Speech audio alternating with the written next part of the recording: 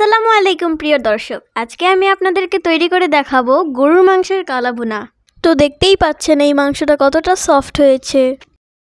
এই কালা ভুনার রেসিপিটি অল্প মশলায় খুব সহজে রেস্টুরেন্টের স্টাইলে কিভাবে তৈরি করা যায় আজকে আমি আপনাদের সাথে সেটাই শেয়ার করব। তাহলে দর্শক চলুন শুরু করা যাক আজকের রেসিপিটি। Let's go.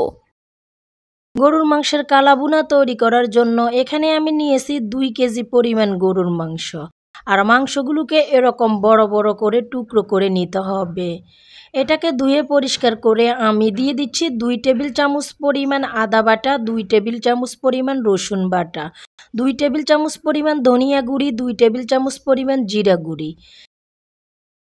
সাথে দিয়ে দিচ্ছি 1 টেবিল চামচ পরিমাণ গরম মশলা গুঁড়ি। দিয়ে দিলাম 1 চা চামচ জয়ফল জয়ত্রী গুঁড়া। দিয়ে দিচ্ছি 1 টেবিল চামচ পরিমাণ কালো গোলমরিচের গুঁড়া, 1 চা চামচ পরিমাণ হলুদের গুঁড়া, 1 টেবিল চামচ পরিমাণ লাল মরিচের গুঁড়া, 2টি শুকনো মরিচ আস্ত দিয়ে দিলাম। তো 1 চা চামচ পরিমাণ লবণ দিয়ে সাথে আমি 1 টেবিল চামচ পরিমাণ দিয়ে দিয়েছি সিরকা। দিয়ে দিচ্ছি আধা কাপ পরিমাণ পেঁয়াজের বেরেস্তা, আধা কাপ পরিমাণ পেঁয়াজ কুচি। এখানে আমি নিয়েছি কিছু গোটা মশলা, 7 থেকে 8টি সবুজ এলাচ, 2টি তেজপাতা, 2 টুকরো দারচিনি, 3 থেকে 4টি লং। এখন আমি দিয়ে দিচ্ছি 1 কাপ পরিমাণ সরিষার তেল। এবার এই সমস্ত মশলাগুলো মাংসের সাথে খুব ভালো করে মেখে নিচ্ছি। প্রিয় দর্শক, আপনারা দেখতে পেলেন এখানে কিন্তু লবণটা আমি পরিমাণে একটু কম দিয়েছি, কারণ আমি আরও একটি উপকরণ পরে অ্যাড করব। তো এখন এই মাংসটাকে মশলার সাথে খুব ভালো করে এভাবে মেখে নিচ্ছি। মাংসটাকে মশলার সাথে যত ভালো করে মাখানো হবে এই কালো ভুনাটা খেতে কিন্তু ততটাই মজার হবে। তো এটাকে আমি 1 ঘন্টা রেস্টে রেখে দেওয়ার পর হাঁড়িটাকে চুলায় বসিয়ে দিয়েছি। 10 মিনিট আমি এটাকে হাই হিটে জাল করার পর যখন দেখবেন যে মাংস থেকে এরকম পানি বের হয়ে আসছে, তখন এটাকে এভাবে নেড়ে ছেড়ে উল্টিয়ে পাল্টিয়ে নিচ্ছি।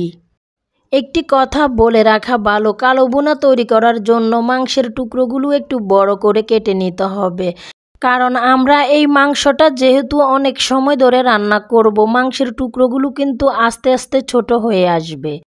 তো এটাকে আমি নেড়ে ছেড়ে আরও 2 কাপের মতো পানি দিয়ে আবারও একটু নেড়ে নিচ্ছি। পানিটাকে মাংসের সাথে মিশিয়ে নিলাম।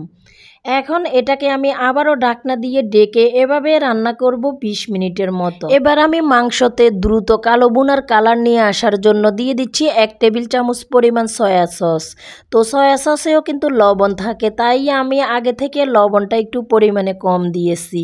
এবার এভাবে নেড়ে ছেড়ে আমি এটাকে রান্না করব যতক্ষণ না এই মাংসের সাথে থাকা পানিটা শুকিয়ে আসবে।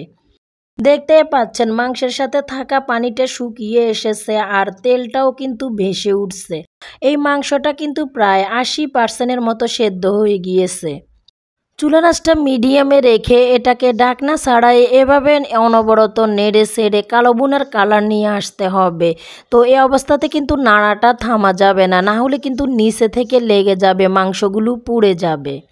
দেখতে পাচ্ছেন কালো ভুনার কালার কিন্তু অলরেডি চলে এসেছে। তো আমি এখন এটাকে চুলা থেকে নামিয়ে এই কালো ভুনার জন্য একটি বাগার তৈরি করে নিচ্ছি। অন্য একটি পাত্রে আমি দিয়ে দিচ্ছি 1 কাপের 4 ভাগের 1 ভাগ সয়াবিন তেল। সাথে দিয়ে দিচ্ছি 2টি শুকনো মরিচ, 4 থেকে 5টি রসুন কুচি। এখন এই শুকনো মরিচটাকে ভেজে নিচ্ছি আর রসুনটাকেও 2 মিনিটের মতো ভেজে নিয়েছি। তারপর দিয়ে দিলাম আমি 2টি পেঁয়াজ। পেঁয়াজটাকে আমি এরকম করে খুলে নিয়ে ভেজে নিচ্ছি।